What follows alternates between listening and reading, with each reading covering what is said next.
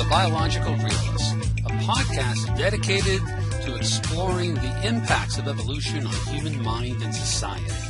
And before getting to today's podcast, I'd like to take a moment to encourage you to support the show. There's a couple ways you can do this. First, by buying any products through any of the Amazon links on the site. Especially, I draw your attention to that widget up at the top that sort of pops down when you go to any page other than the home page. There's actually a little arrow. You can make it go up and down as you please. But if you search for any of the books that we discuss in the podcast, or any other book, or any other product for that matter that you'd like to buy on Amazon, by buying it through that link, at no extra cost to yourself, you can support the show. Because even though it costs exactly the same for you to buy it through that link as going directly to Amazon, by going through the link on my site, you generate commissions for me, for the podcast, from Amazon, which helps support the show and keep it on the air. The other thing is we're going to have a variety of options to make donations that will be there in the right-hand column. They're going to change over time, but there will always be some options there to make donations. So if you'd like to make a donation, or as I say, at no extra cost to yourself, simply buy products through the Amazon links on the website, especially that widget on the top. That'd be a great way to support the show, and it would be very much appreciated. Okay then, so let's get to today's podcast.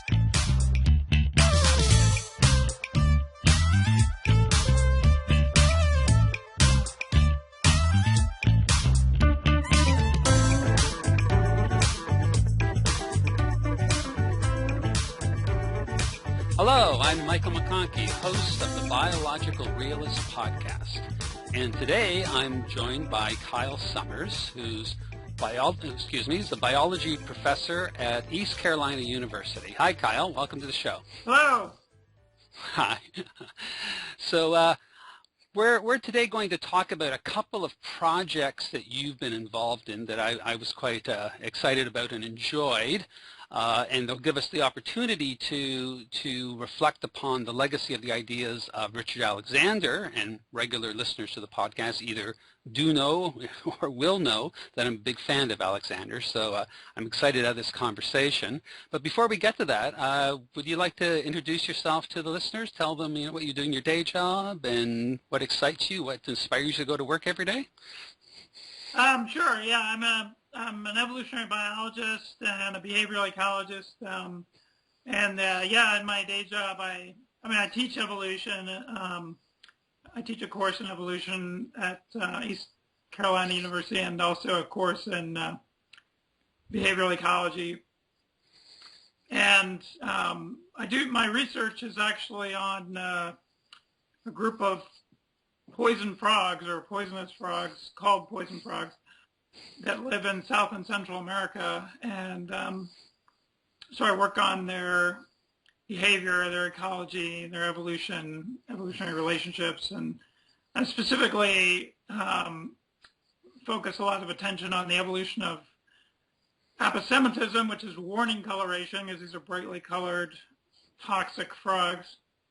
And mimicry, there's some mimicry going on, so I spend a lot of time working on that, both ecological studies and genetic studies. And then I also do a lot of work on reproductive strategies, things like sexual selection, parental care, that kind of thing, mating systems. And so that keeps me quite busy. And in fact, I spend, by far the majority of my time doing that. However, I kind of grew up as a graduate student at the University of Michigan, and at that time there was a lot going on in terms of human evolution behavior. In fact, that's where the Human Evolution and Behavior Society kind of got its start.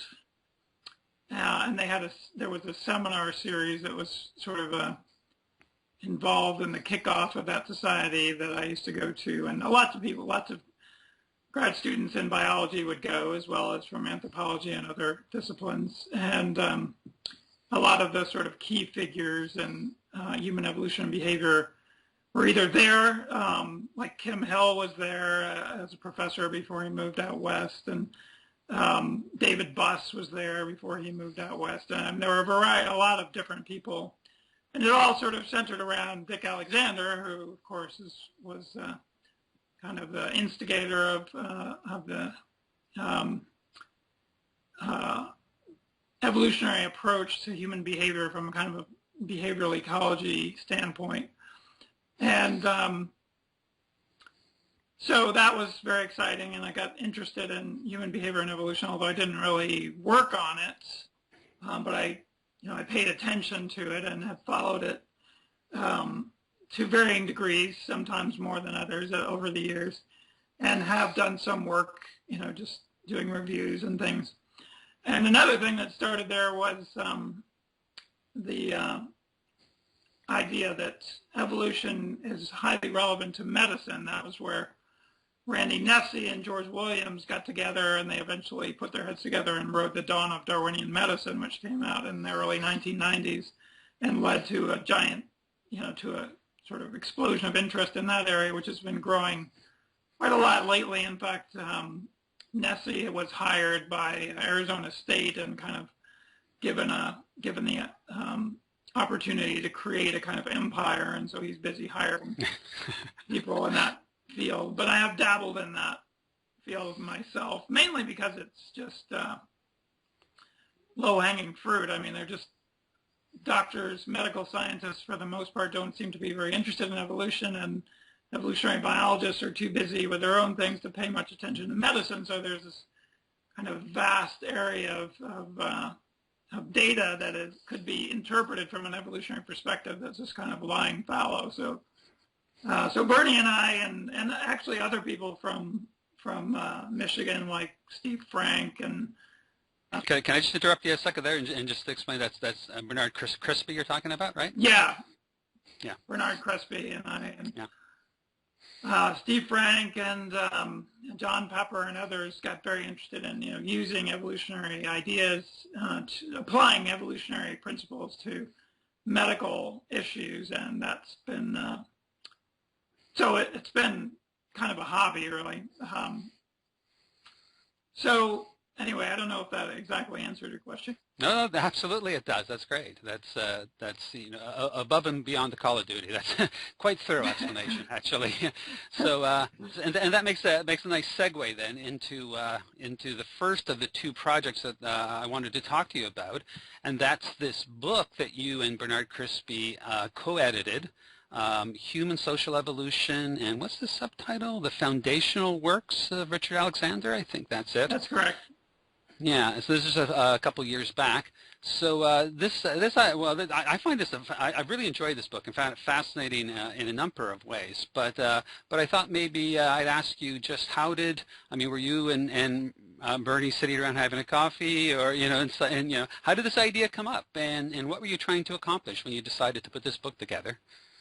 Yeah, I mean, it sort of developed organically. I mean, so Bernie and I, when we were grad students at Michigan, we would go to seminars and read Dick's books and papers and talk about human evolution in these seminars with a lot of really good people, Laura Betzig and Mark Flynn and Paul Chirk and Kim Hell and David. I mean, just a sort of plethora of people involved in the evolution of human behavior, and so we really got exposed to it and interested in it. And then we went off, we left and got into our own research. I mean, I got into poison frog research, and Bernie was working on thrips and things. But then Bernie and I met at a meeting, years later after we'd both been out of grad school for a while and had jobs. And we actually started out collaborating. We discovered that we both had retained an interest in evolution and medicine. And so we started collaborating on evolutionary medicine projects. But of course, we always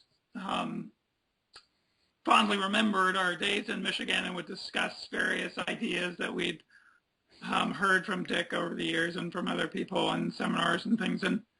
And I think it just, sort of came up. I don't remember exactly when it came up, but we just said, we should put this stuff together. There's all these these great papers that Dick wrote, but they're not really put together into some kind of cohesive whole. And it'd be great to have all of those papers and all those amazing ideas in one place, so that it would be a fantastic reference.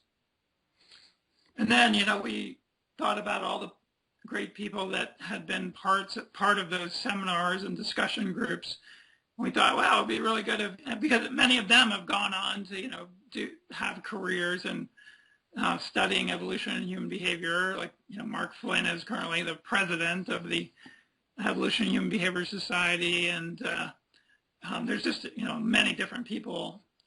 And so we thought, well, it'd be nice if we pick different people to kind of summarize the progress in a particular area that Alexander had written a classic paper on, and there are many. And so, we just, it was basically just put our heads together and thought, who do you think would be the best person to summarize this? And we picked who we picked, and hopefully it didn't create any hard feelings, but nobody's written to me to say. Oh, that's good. I'm glad to hear that. But some people may be thinking of it.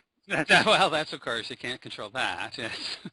And there might be some, self-deception out there, not acknowledging that they're upset at you, and really they are, right, for missing out on their opportunity to shine, right? Possible. It's possible. There certainly are, other people that could have picked. But I think overall I'm pretty happy with the people that, I thought everybody we picked did a great job. And so, yeah, I was really pleased with the book. Oxford appears to be happy, although I don't think they're making a whole lot of money off of it, but so it goes. Well, let's hope this podcast down the road will, continue to generate revenues for them and you down the road. So, yeah. So yeah, and so you sort of given the outlines of one point I wanted to make, but I'll just make it more explicit for the for anyone listening to the podcast. Is one thing that's really great about this book is that usually, and I've got a lot of experience in a lot of disciplines where I've read a lot of these kinds of books, and usually my experience is that they're either a collection of the person who's being honored, the collection of their work, so their greatest hits, or you have a collection of essays in honor of the person. Yeah. Yeah, so you've created this beautiful little synergy, and like you said, some of those, and to be clear again for listeners, and we're talking about introductions, we're not talking about a few paragraphs or a couple of pages, we're talking about like essays, right. And some of them like really comprehensive essays about the state of the field. So it's pretty impressive. Thanks. Yeah, we hoped that would happen, and it did, because everybody, everyone we contacted, they were excited about the field, and they wanted to really make a contribution, and so we let them have at it, and they did, which was good. We didn't require them to write any particular length, but it all ended up being pretty substantive. Yeah. So along those lines, the essay or the topic, let's say, that you and Bernard Crispy chose to introduce, I assume you had the choice of whichever one you wanted to, right? So yeah. I'm not exactly sure how we decided on that one. In some ways, it was kind of one that was left over. Okay. So that was that. So it's just say for the listeners that it was on the arts and Alexander's take on the arts. Yeah, we didn't have an obvious candidate for that. And I was willing to do it because actually my family, they're all artists, so I'm the only scientist. Okay. Both my mother and father were artists, and my grandparents were wannabe artists, and so I was sort of familiar with that side of it, although I have to say, I'm sure that an art critic reading my essay might not be overly impressed. I don't know, but anyway, Bernie was also intrigued by it, so we just agreed that it would be a fun thing to review, and we did our best, and hopefully came out okay, but Well, I found it fascinating, and one of the things that really is exciting about Alexander is his for those who are not steeped in his ideas, the sort of startling insights that he provides into how you can apply evolutionary theory. And the arts, I think, is one of these fields which is just, generally accepted. Well, you can't explain this in terms of evolution or fitness. This is like that reified thing called culture that somehow is protected from biology all the time or something, right? yeah, and of course Alexander's, he just never listened to that. He just Exactly. didn't care.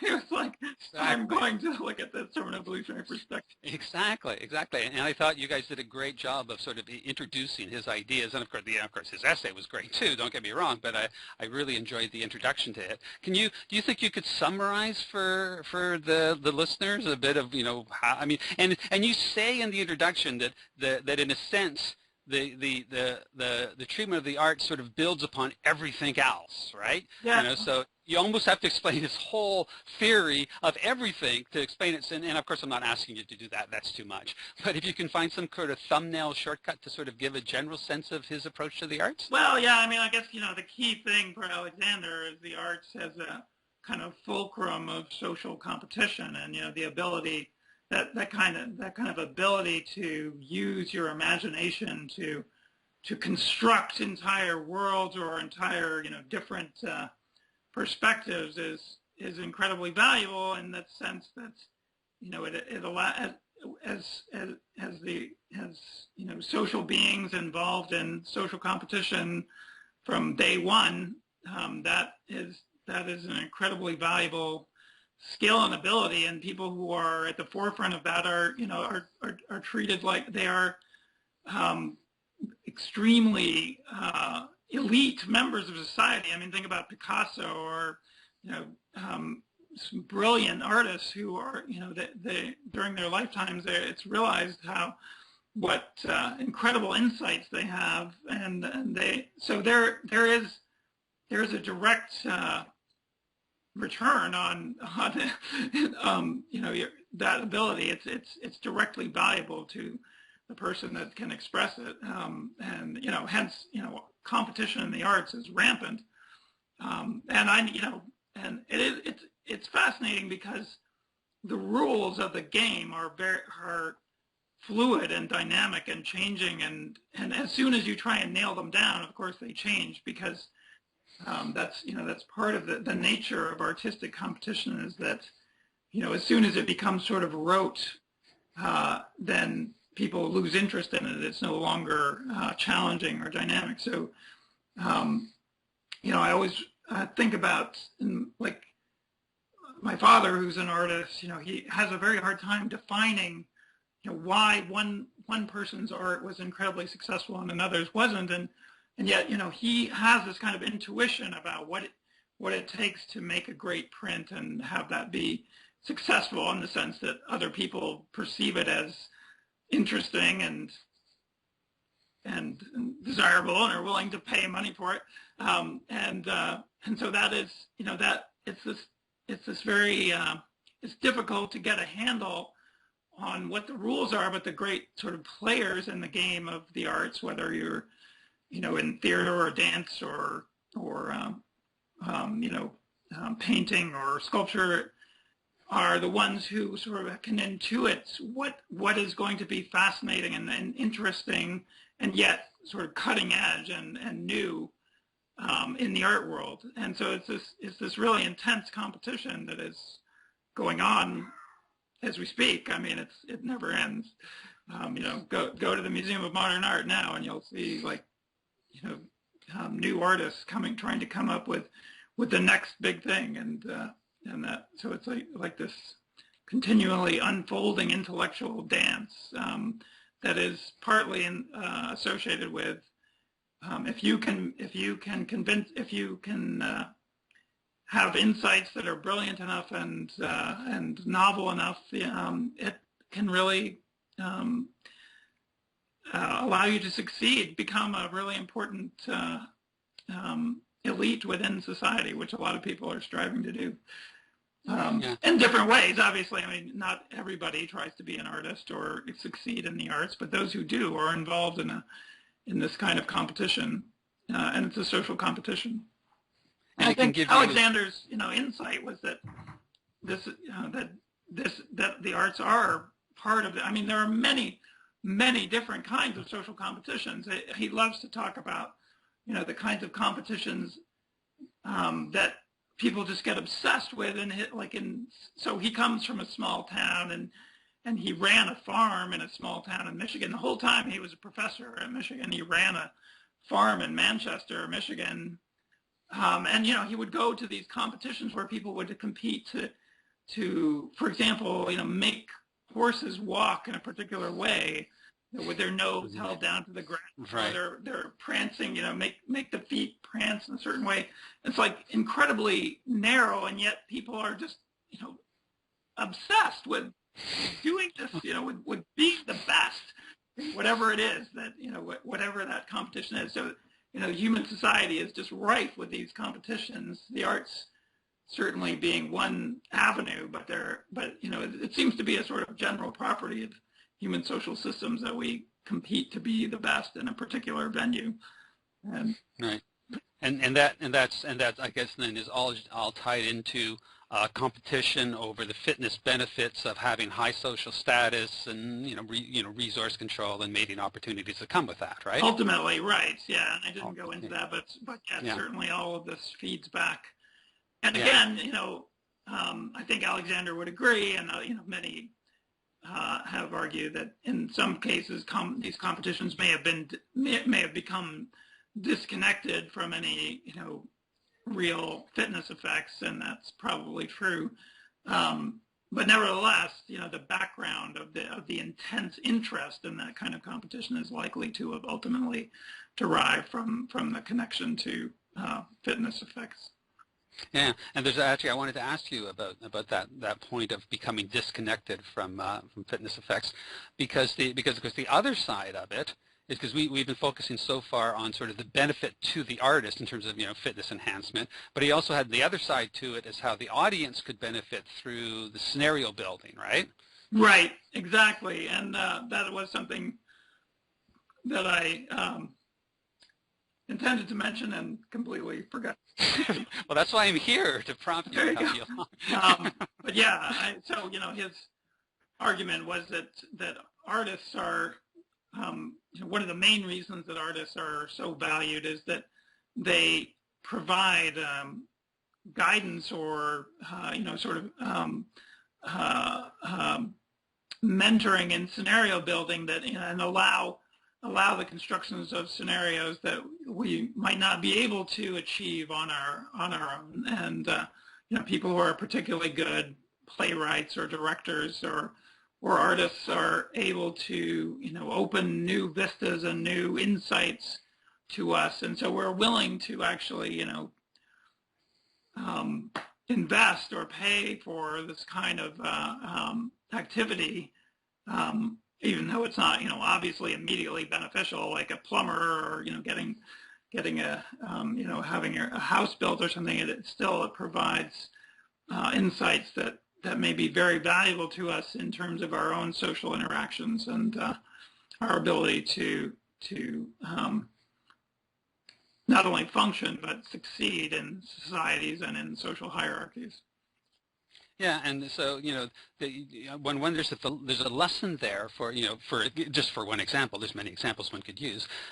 Parents who get upset about their teenage daughters emulating some pop star or something. I mean, in a sense, that's kind of the whole purpose of the whole thing, right? Is learning about ways to live from artists, and the parents may approve or disapprove of the particular choice of the teenager, but I mean, this is in a sense why we all consume the arts, is to according to Alexander, is to build scenarios about how we can live our life. Does that seem to you like the right take?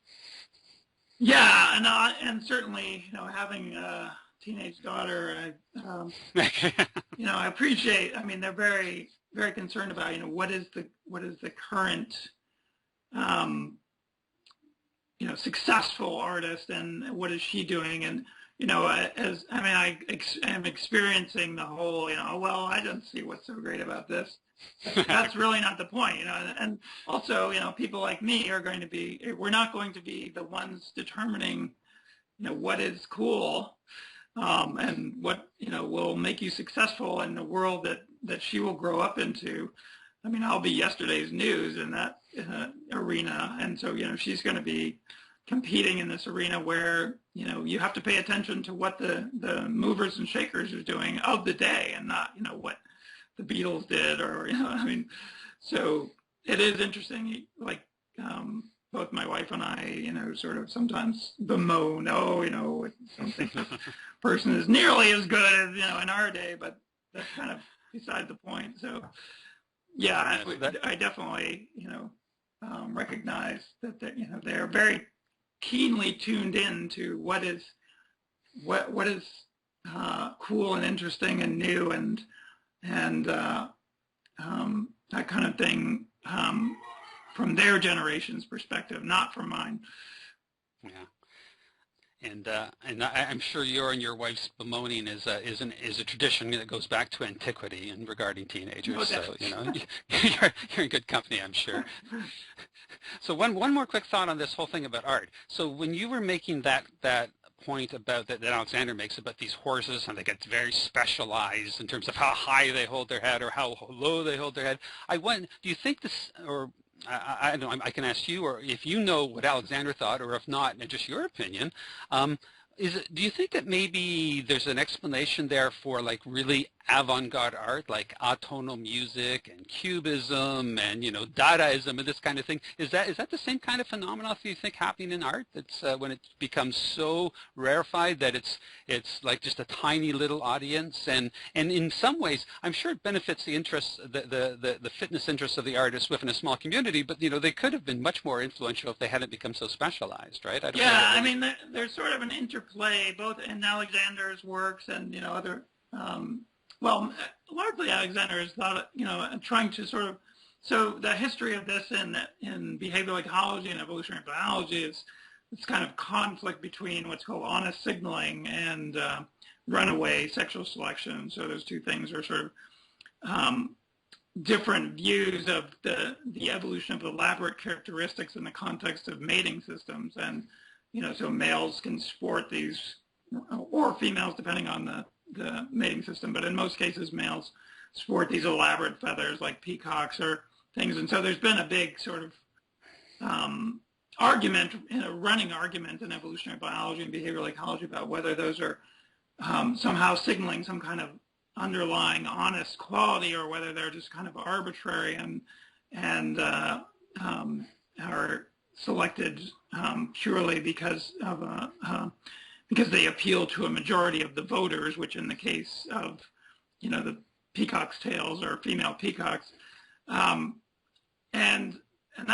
so Alexander, I think, one of his insights in thinking about art was to explore both of those ideas. And I don't think he came down firmly on the side of one or the other. I think both are probably going on. It may well be that there are aspects of art that reveal intrinsic quality. That is, if you are able to carry out compose an incredibly complex symphony, or play an incredibly complex piece, or paint an incredibly intricate or just expressive, or there are intrinsic qualities that are probably revealed by art, and it doesn't have to be paint by numbers or anything. I mean, certainly there are many different ways to reveal quality.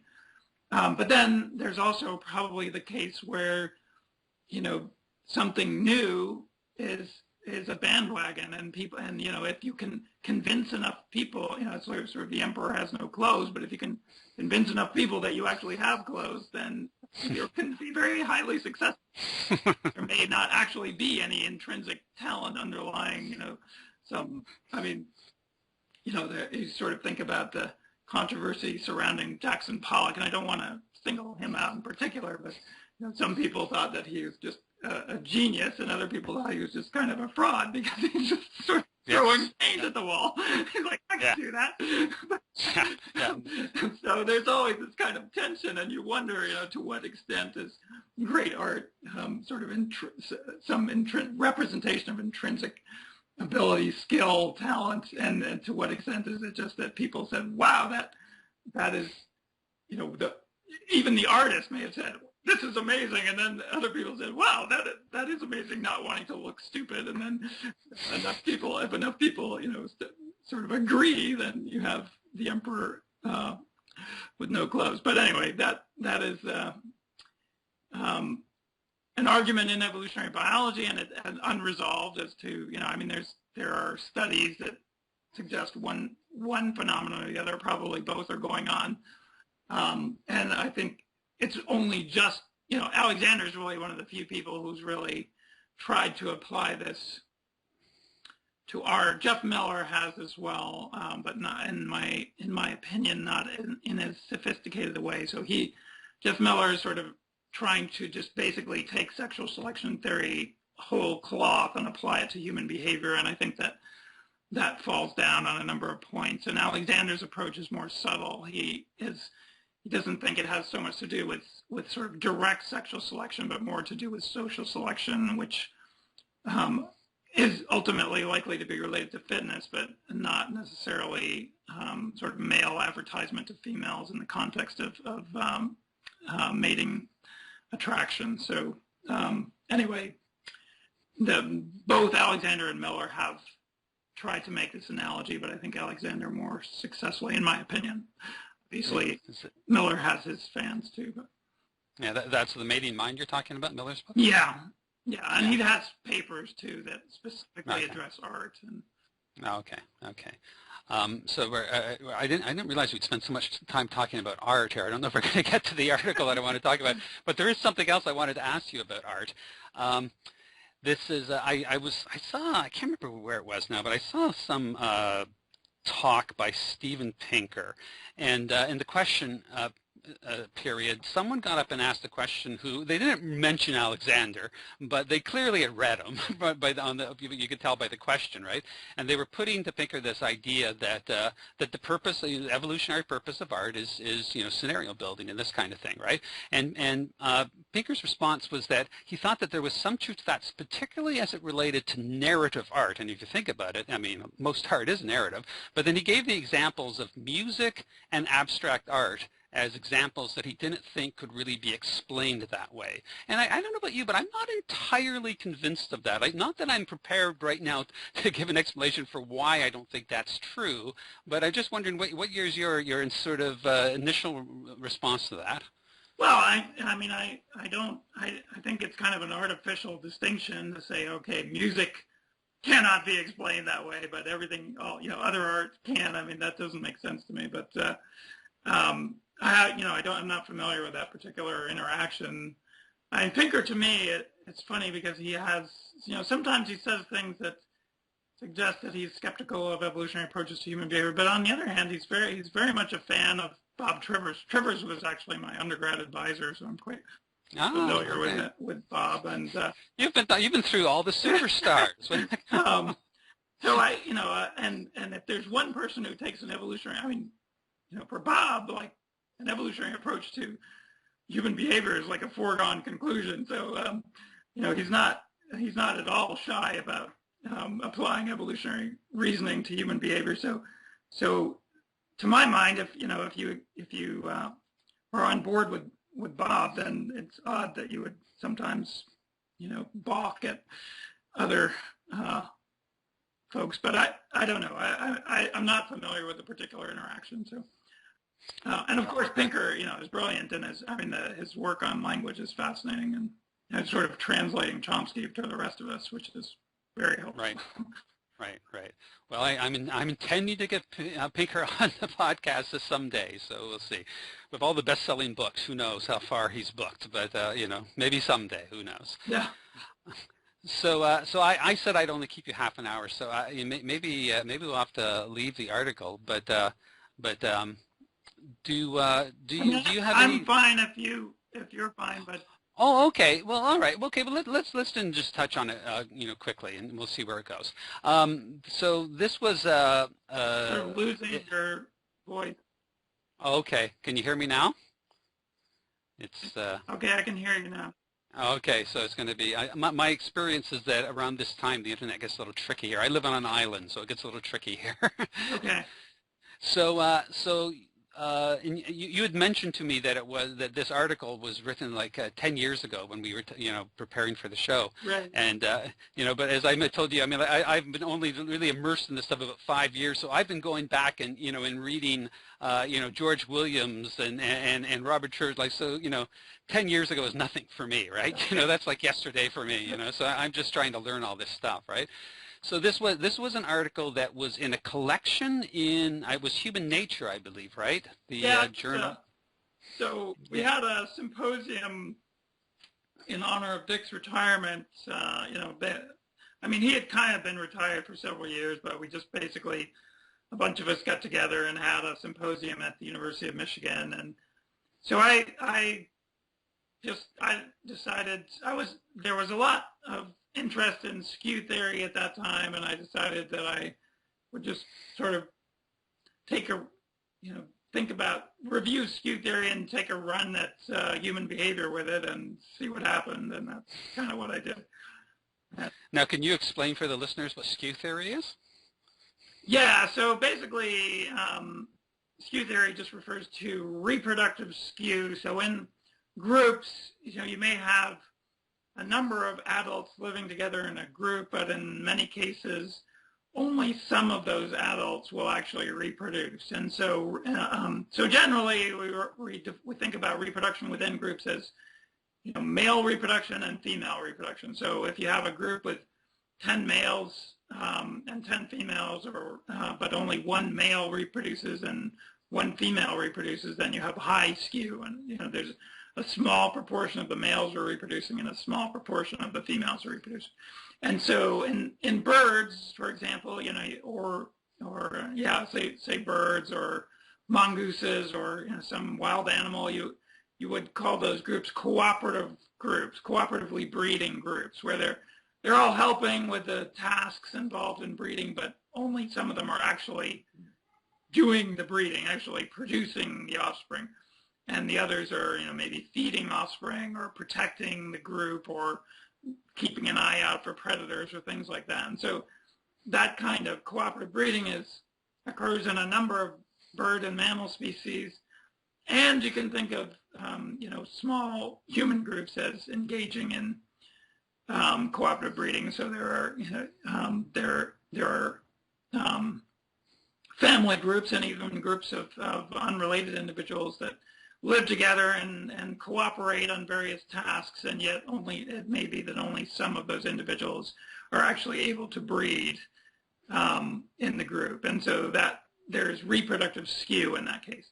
If you're talking about a group where all the adults are able to breed equally, then there's basically no skew. It's egalitarian with respect to reproduction. And so reproduction is kind of a currency of evolutionary change or stability. And so there's a lot of interest in what factors affect reproduction and reproductive skew among evolutionary biologists. And the theory of reproductive skew is really originally developed by Sandra Vierenkamp, who was a student of Steve Emlen, and Steve Emlen himself also contributed sort of independently to these ideas. They both work on birds and groups of birds, like cooperatively breeding groups of birds. And so they started to think about things in that context. Now, Sandy says that, her ideas about skew sort of derive from Alexander, and especially from Alexander's 1974 paper on the evolution of animal social behavior, which was kind of a classic paper. And anyway, so there's a number of different factors that seem to affect whether or not skew occurs and how extreme it is in animal societies.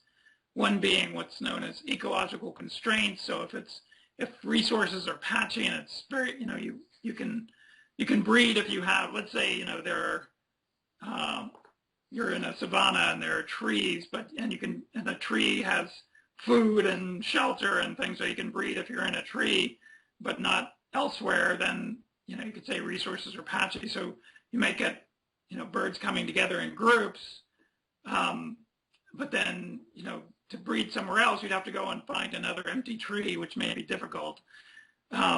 Whereas if you're in the middle of a forest and every tree is available, then it may not, resources may not be so patchy. And so ecological constraints is just a measure of the kind of difference between the kind of habitat patchiness in terms of, how difficult is it to find a place to breed. And so if there's only a limited number of patches where there's enough resources to breed, then skew can be high. That is, you'd have a hard time finding a new place to breed, looking for an opportunity to breed. And that can favor high skew. So, some individuals who, if they're, say, dominant in a group, can demand a larger share of reproduction for themselves at the expense of individuals who are lower down in the hierarchy, whether because they're weaker or just younger or whatever. And so that's one thing that can affect skew. Relatedness, genetic relatedness affects skew,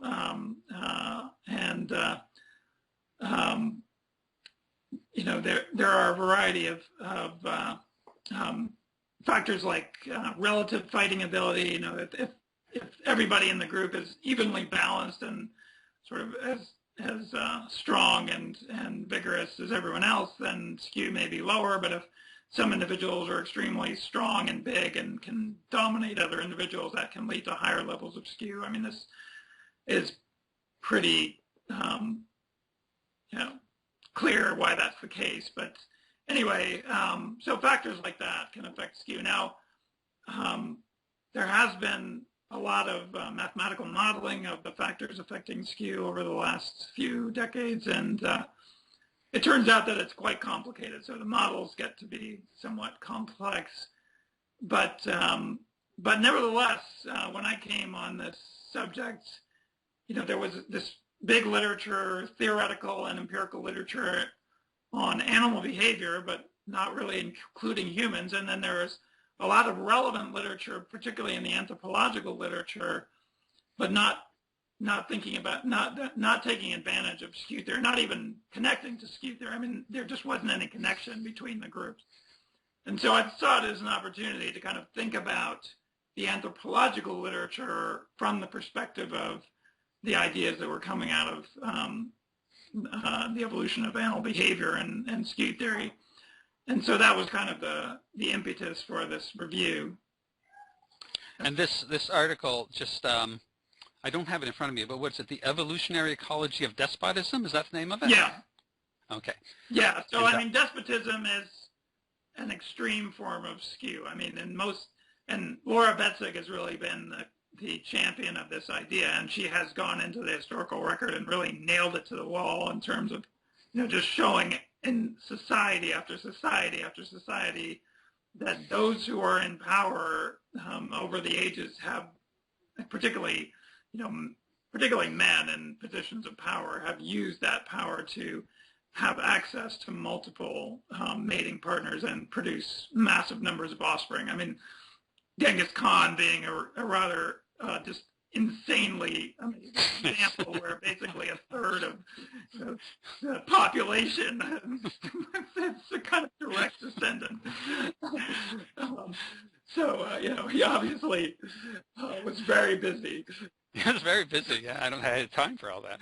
But so part of the idea then was that the rise of despotism provided the opportunity to, I don't have words in your mouth, so you correct me, so artificially create a patchiness of resources?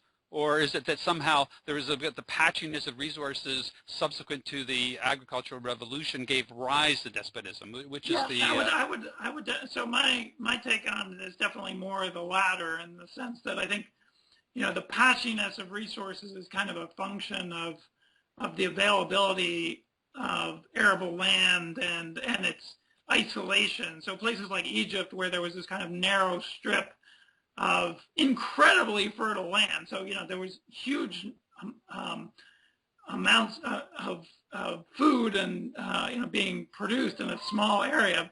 But you have to go, you have to cross the desert to get into any other arable land. So you're basically restricted. So it's highly defendable and very restricted. So once population size reaches this, capacity, then it's basically saturated.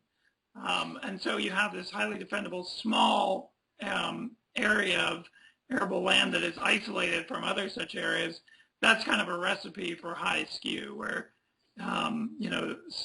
individuals will then compete to control that resource, and those who do so successfully can become extremely despotic, and did. I mean, the pharaohs were sort of the epitome of despotism, and it was a heritable resource. That arable land was passed down the generations, and so that that despotic society was in place for quite a long time. Yeah, and so what? I mean, are there lessons from having done this research? Are there lessons then that you would take from that you could apply if you're looking at the contemporary world? I mean, let me offer you an example, which may be a bit fanciful, but I mean, it at least is suggested to me by the analysis that you did in the paper, is that if and I think you talked about this earlier in the podcast, but I might be maybe I'm just remembering what was in my head. But you did talk about the role that weaponry played, warfare and weaponry played in all of this. Maybe can you elaborate on that before I ask my question, because that's sort of an important background to it. Yeah, and I think, so I read your question, which is fascinating, but just not to jump ahead, Okay.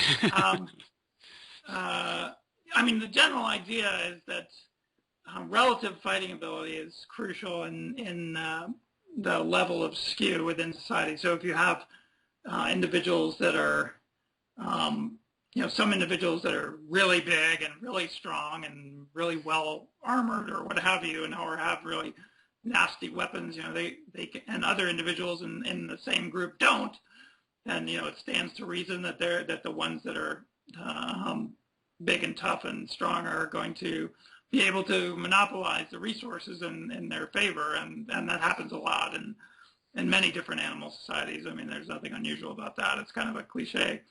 But in human societies, of course, a lot of we depend on weaponry and armor as a kind of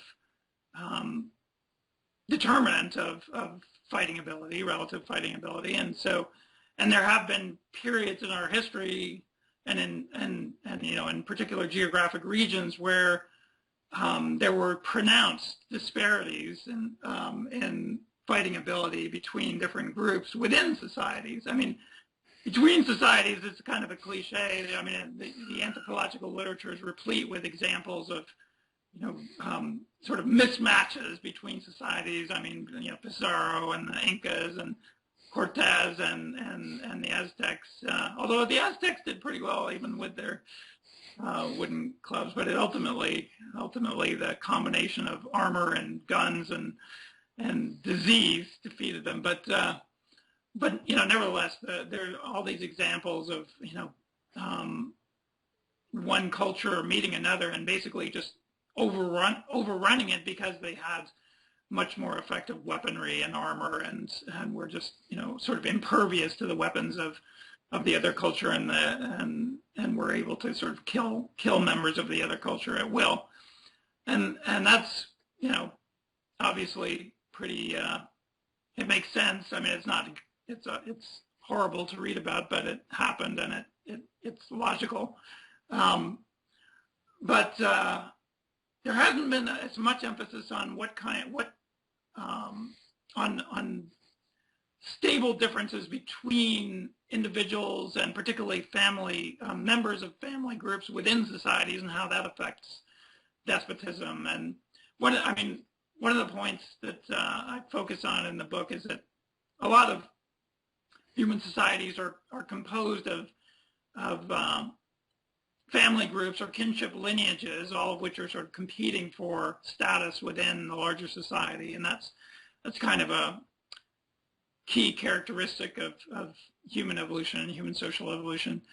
But within that context, there have been, many different societies where you have the development of fairly pronounced differences in relative fighting ability between members of different lineages. So you have, for example, in medieval Europe, you had families where the elites had access. They had the resources to train members of the families in weaponry extensively, basically from when they were able to crawl to when they reached adulthood, and and then arm them with extremely effective killing weapons, and then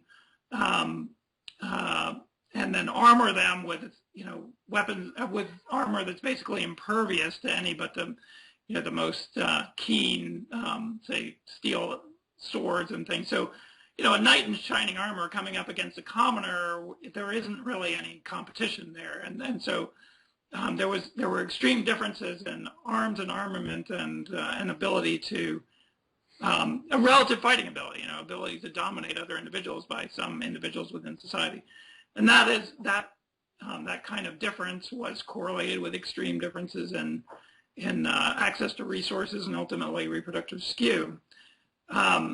So then, the question is, how does that play out? And so the way I've just spelled it out is, it sounds a bit, it's a bit simplistic because there are a number of different dynamics going on. So weaponry, while, if it depends on, if the weaponry and if the armor and offensive weapons can be monopolized, both in terms of access and training and ability to afford those things, if those can be monopolized by elites, that's a recipe for extreme difference in relative fighting ability within societies.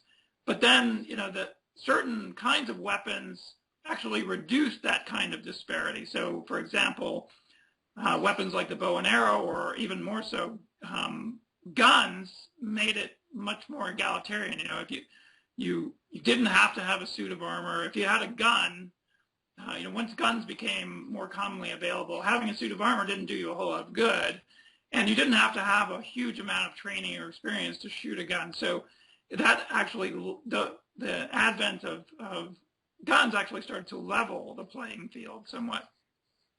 So it's a kind of dynamic process, but that relationship between access to weaponry and armor and relative fighting ability, I think, was an important one in terms of affecting levels of skew, and both in terms of access to resource and ultimately reproductive skew in human societies.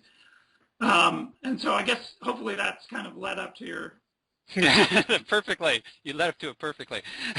Exactly. So then the question is, I mean, we're in the habit of thinking of the 20th century as being the century of egalitarianism and democracy, the defeat of totalitarian and authoritarian governments, and in the Second World War and in the Cold War and this sort of thing. But if there's a lesson to be learned, that's that the monopolization of a large disparity in the capacity to inflict violence, at least historically by way of despotism, leads to a larger degree of reproductive skew, then I'm wondering, like, if we look at the 20th century, yes, we've got this, defeat of, all the tyrants, the Stalins and the Hitlers and, Mussolinis and all that, but there's also been at the same time, probably, I'm thinking in all of history, there's never been such a dramatic chasm between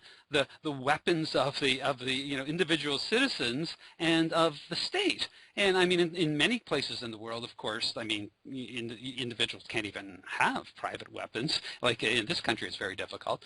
I'm in Canada, and in the United States, but even in the United States, where there's still a bit of a culture of the right to bear arms and the Constitution protecting it and all this, still the chasm is huge between the means of weaponry or training that the citizens have compared to the state. So does that lead you to wonder if maybe we should be, not necessarily, maybe despotism isn't quite the right word, but we should be looking for a reproductive skew that would be representative of this distinction over the capacity to be able to control resources? Well, I don't agree. I see your point, but I actually don't think it's played out that way. So, I think, relatively recently in history, there certainly have been attempts, like Hitler being a great example, attempts to both suppress reproduction and even survival of large proportions of the population within the society, and also, to conquer new societies. That's not so far in the past. So, and certainly that depended on the ability to effectively wield kind of overpowering weaponry. So I think that has been attempted, but I think it really hasn't worked out well. And I think the sort of lesson of the Second World War was that you really need it's not, effective weaponry at the level of, it's become the level of manufacturing. And that means you really need a population behind you to generate the sort of, there's that image of the massive numbers of warplanes that were, once the U.S. population got cranking on turning out tanks and planes, and, it was basically the economic might of the U.S. that ultimately led to the ability to produce the weaponry that ultimately defeated Germany, and I think the lesson that was not lost on other societies that, you can try and turn you can try and use the machinery of the state to turn against your own populace, but in doing so, you risk the other countries, seeing you as kind of a renegade outlaw, and and people are willing to work to suppress those kinds of renegade nations or outlaw nations. You can think of Germany and the Axis as being kind of renegades that were trying to take over the world. They were not successful in large, and I think in part that's because they had turned against a large proportion of their own population, so they didn't have as much internal, they couldn't get as much out of their own people as they might have if everybody was working together for the same goal. Whereas in the States, I think, that the people were convinced that, we don't want this sort of state machine to conquer the rest of the world, because we'll all end up in concentration camps like the Jews did in Germany. So I think there's an economic that ultimately to have effective weaponry in the current modern world, it depends. It's less on a personal level, I think and it's becoming less and less on, probably, in hunter-gatherer tribes, it was pretty much one-on-one or small group on small group. And then as you get into medieval societies, it's family lineages, and you have sort of small-scale warfare, but it got larger and larger until there's been more and more of a connection between economic power and the power of production of an entire nation state and the particular level of lethal force that can be applied. It's true that your standard member of the SEALs, put up against any given citizen, there would be no contest. But that if you strip away, I think people are politicians and others are keenly aware that if you lose the support of your people, you lose that economic engine, which ultimately makes you vulnerable as an entire nation. I think that's happened to despotic nations like Hitler's Germany and others, that they ultimately were not able to impose their will, and instead were conquered because they didn't have they weakened their own. And I mean, as you suppress your own populace, you lose some of that economic engine that allows you to produce the kind of massive war machine that the U.S. generated during the Second World War. So I don't think that lesson is lost on modern would-be dictators. I don't know, but that's my take on it.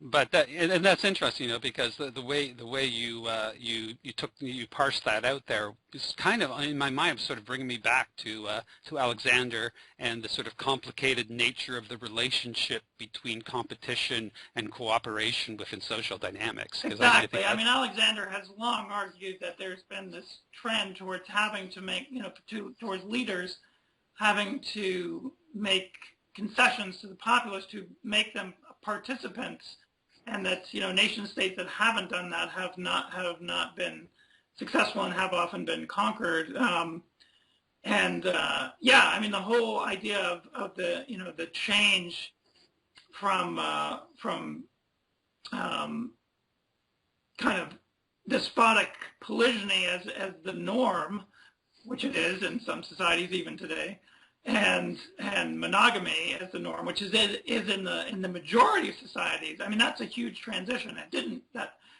there was this period where, I mean, as Betzig has shown in excruciating detail, for a long part of our sort of middle history, despotism was the rule rather than the exception, but now we've gone back towards much more egalitarianism in terms of reproductive opportunity. Having said that, of course, I'm keenly aware that in the U.S., in terms of economic resources, we're going back to the robber baron. So like. Is that the lesson of human evolution? Is what goes around comes around? Yeah, is that you can say, well, we don't have sultans in the States, but we do have Donald Trump, who's basically has a serial, series of wives, and sort of trying to do kind of has kind of serial harem or whatever. That's right. That's right. That is kind of going on. And CEOs are making 500 times the amount that the typical worker makes, and I'm sure they're putting that to good use and or their perspective. So. Yeah, exactly. Well, we've been going for about an hour now, so that's more than I asked you to talk. So probably should start winding it up.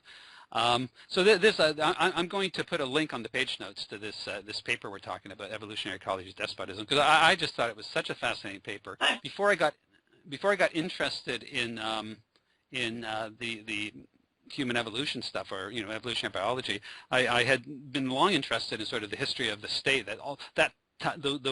those cultures, those forms of governance that you were talking about. And I was just blown away by the research that you had done on this.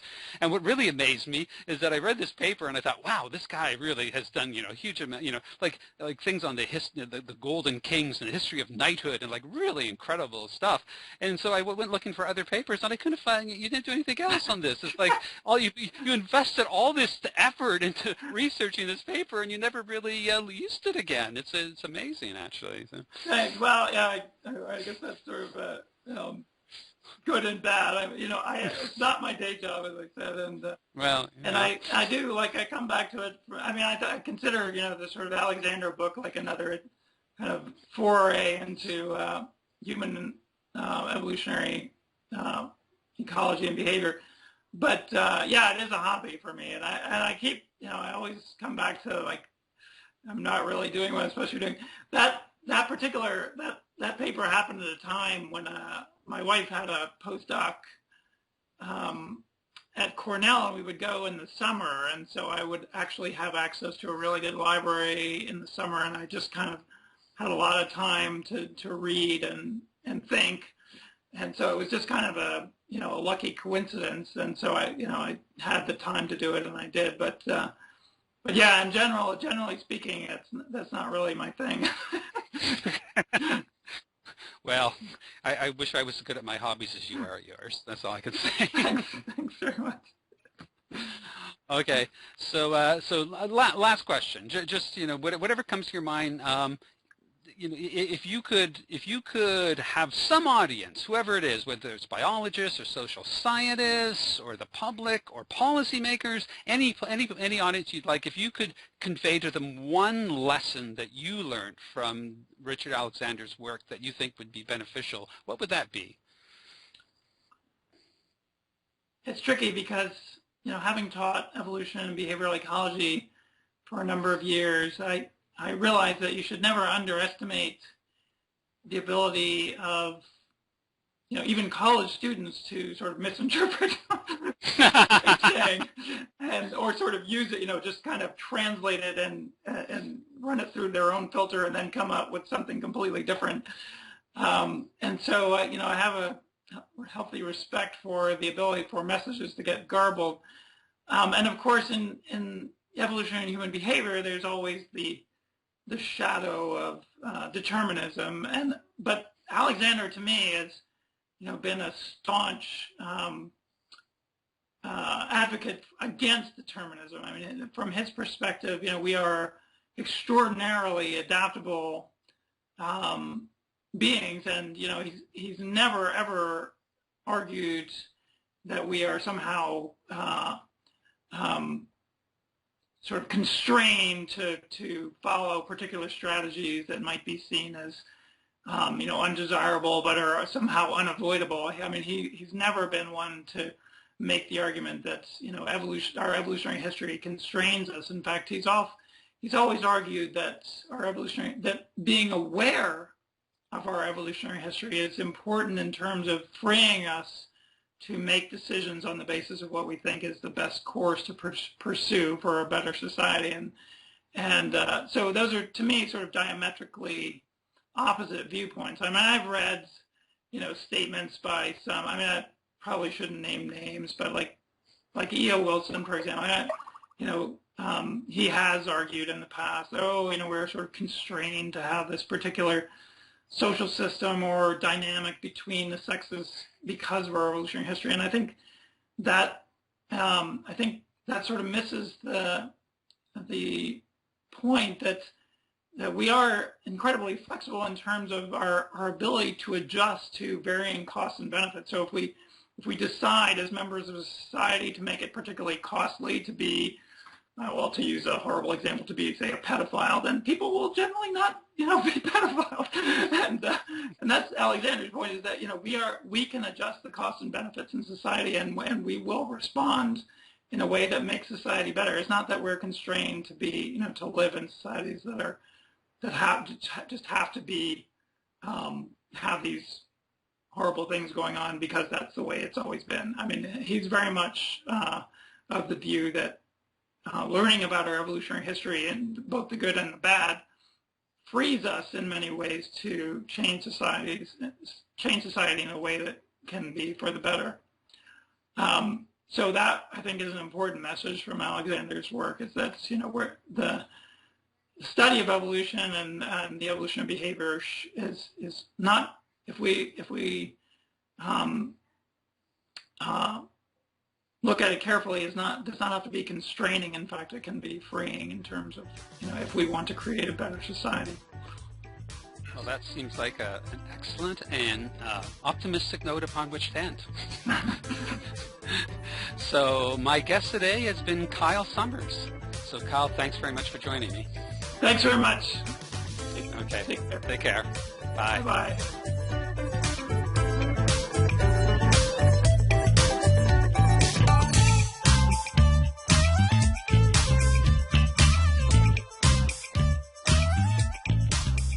So that's today's show. Thanks for listening. The Biological Realist podcast is available on YouTube, but we'd encourage you to come to our homepage. That's Michael McConkey, Michael, McConkey, McConkey.com/The Biological Realist Podcast. If you come there, you can find a full inventory of all the shows that we've done and show pages that give you more information on the various guests. Plus, you have the opportunity to support the show by either making donations or buying products through Amazon that at no extra cost to yourself can generate commissions that help us keep the show on the air. So thanks very much for listening, and watch out for us next time. We look forward to see you in the next episode of the Biological Realist.